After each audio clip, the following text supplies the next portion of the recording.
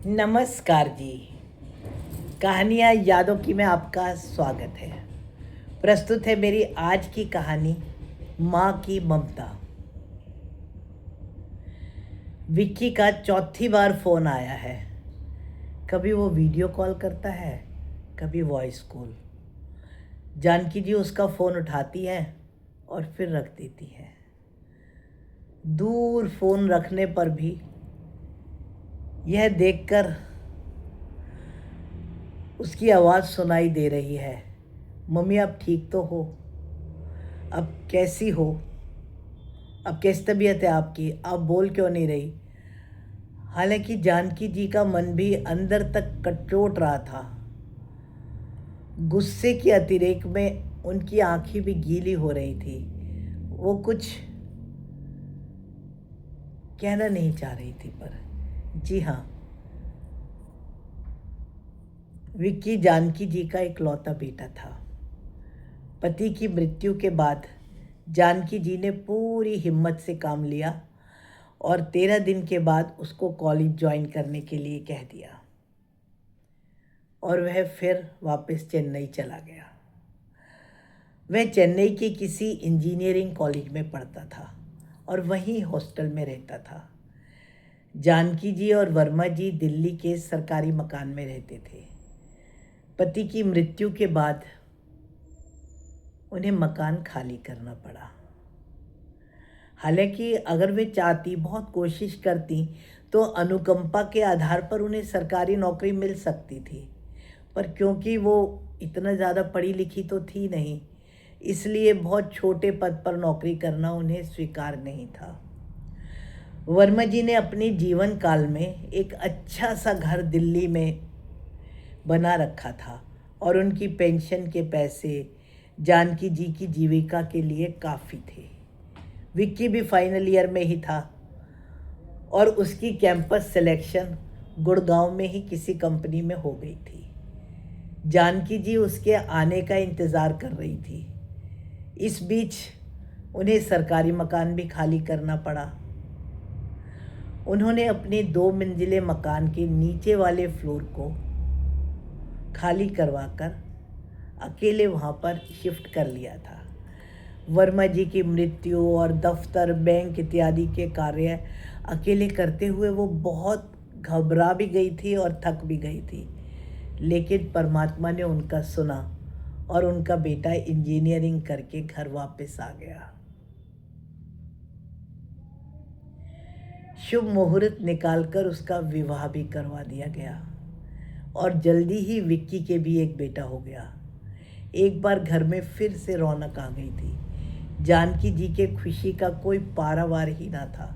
वो अपने पोते को संभालती हुई, उसके साथ खेलती हुई बहुत खुशी महसूस करती थी। उनकी बहू भी उनके बेटे के जैसे ही एक आईटी कंपनी में नौकरी करती थी। खुशी का समय था। पंख निकाल कर कब उड़ गया पता ही नहीं चला।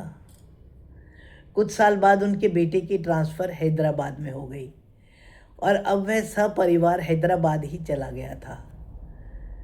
जानकी जी को अपना घर छोड़ने की कोई इच्छा नहीं थी, इसलिए उन्होंने विक्की को कहा वो यहाँ ही थोड़ा सा घर का इंतज़ाम कर ले और अपने सारे सामान को 2 कमरे में रख करके वो नीचे का घर भी किराए पर दे देंगे। फिर तुम्हारे साथ हैदराबाद चलती हूँ मैं। अगर कभी भी अकेलापन लगा तो मैं वापस तो आ सकूँ। फिर विक्की के कहने पर वो उसके साथ हैदराबाद भी एक दिन चली गई। हैदराबाद में दोनों के आईटी वाले ऑफिस साथ साथ ही थे और वहीं बच्चों के क्रैच की सुविधा थी। लेकिन जब जानकी जी हैदराबाद गई तो उन्होंने चाहा कि उनका पोता मोंटी उनके साथ ही रहे, लेकिन विक्की और बहू रानी की इच्छा थी कि प्ले स्कूल में खेलकर वो क्रैच में आराम से रह पाता है। ऑफिस में ही उनके खाने पीने की भी अच्छी सुविधा है, इसलिए उन्होंने मोंटी को भी जानकी जी के साथ घर में छोड़ने से मना कर दिया। अब हैदराबाद जैसा नया शहर, नई जगह और वर्मा जी का साथ भी नहीं। बच्चे ही खुद में व्यस्त थे। मानो पास होकर भी पास नहीं। जानकी जी का हैदराबाद में बिल्कुल मन नहीं लग रहा था। तभी एक दिन विक्की ने कहा कि उसका कनाडा जाने का प्रोसीजर पूरा हो गया है, वीज़ा वगैरह लग जाएगा तो कुछ समय बाद वो उन्हें कनाडा बुला लेगा। बहू रानी भी अपने कागज वगैरह पूरे करने में लग रही थी। विक्की के कनाडा जाने के बाद भी जानकी जी की दिनचर्या में कोई फर्क नहीं आया। अब भी बहू रानी, विक्की तो कनाडा चला गया था पर बहू रानी तो अभी वहाँ ही थी ना। वो वैसे ही पोते को लेकर ऑफिस जाती थी और उसने कुछ ऐसा मैनेज कर लिया कि उसकी ट्रांसफ़र भी कनाडा में ही हो जाए। अब वह भी कनाडा जाने की ही तैयारी में थी। अब क्योंकि वो भी कनाडा चली जाएगी तो अब हैदराबाद में कोई किराए का मकान रखने की कोई तुक भी नहीं थी।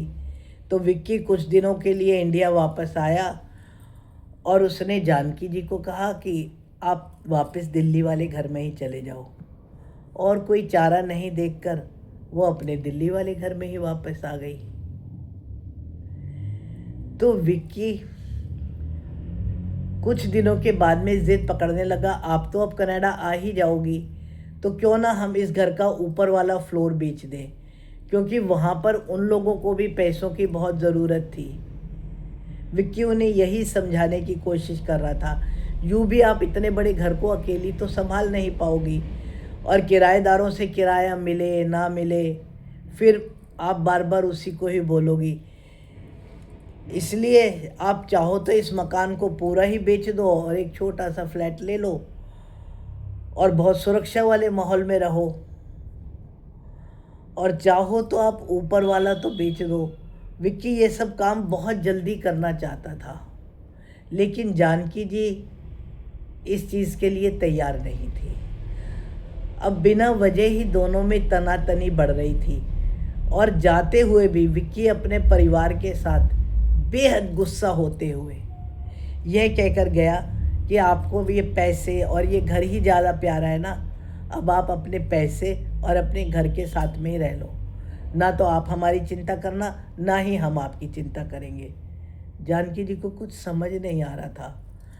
वर्मा जी की गाड़ी मेहनत की कमाई को वो यूं ही नहीं बेचना चाहती थी, और ये भी तो नहीं पता कि अभी उनके जीवन के दिन कितने हैं। आजकल के माहौल में किस पर कितना विश्वास करें, कुछ भी तो समझ नहीं आ रहा था। और वो विक्की को भी कुछ समझा नहीं पा रही थी। विक्की के जाने के बाद ही उन्हें पता पड़ा कि विक्की ने एक प्रॉपर्टी डीलर से बात करके उनके फ्लोर को बिकवाने का पूरा इंतज़ाम कर रखा था। अब जानकी जी के मना करने पर वो प्रॉपर्टी डीलर भी भुनभुनाता हुआ चला गया। उसके बाद विक्की और बहू रानी दोनों का कनाडा पहुंचने का भी फ़ोन उनके पास नहीं आया। हालांकि वो भी हद परेशान हो उठी थी। ऊपर रहने वाले किराएदारों की सहायता से, कुछ रिश्तेदारों की मदद से उसने अपने जीवन को आगे बढ़ाने की चेष्टा की और इस बात की पूरी कोशिश की कि अकेलापन उस पर हावी ना हो जाए। अपनी शारीरिक और मानसिक परेशानियों से वो खुद ही जूझ रही थी कि विक्की का फ़ोन फिर से आया। उसने जानकी जी का हाल पूछते हुए उन्हें जल्दी ही अपने पास बुलाने का आश्वासन दिया और फिर से ऊपर के फ्लोर को बेचने का प्यार से अनुरोध किया। बातें करते करते उन्होंने मोंटी को भी फ़ोन दिया और मोंटी से भी कहलवाया कि दादी पापा की बात मान लो ना प्लीज़।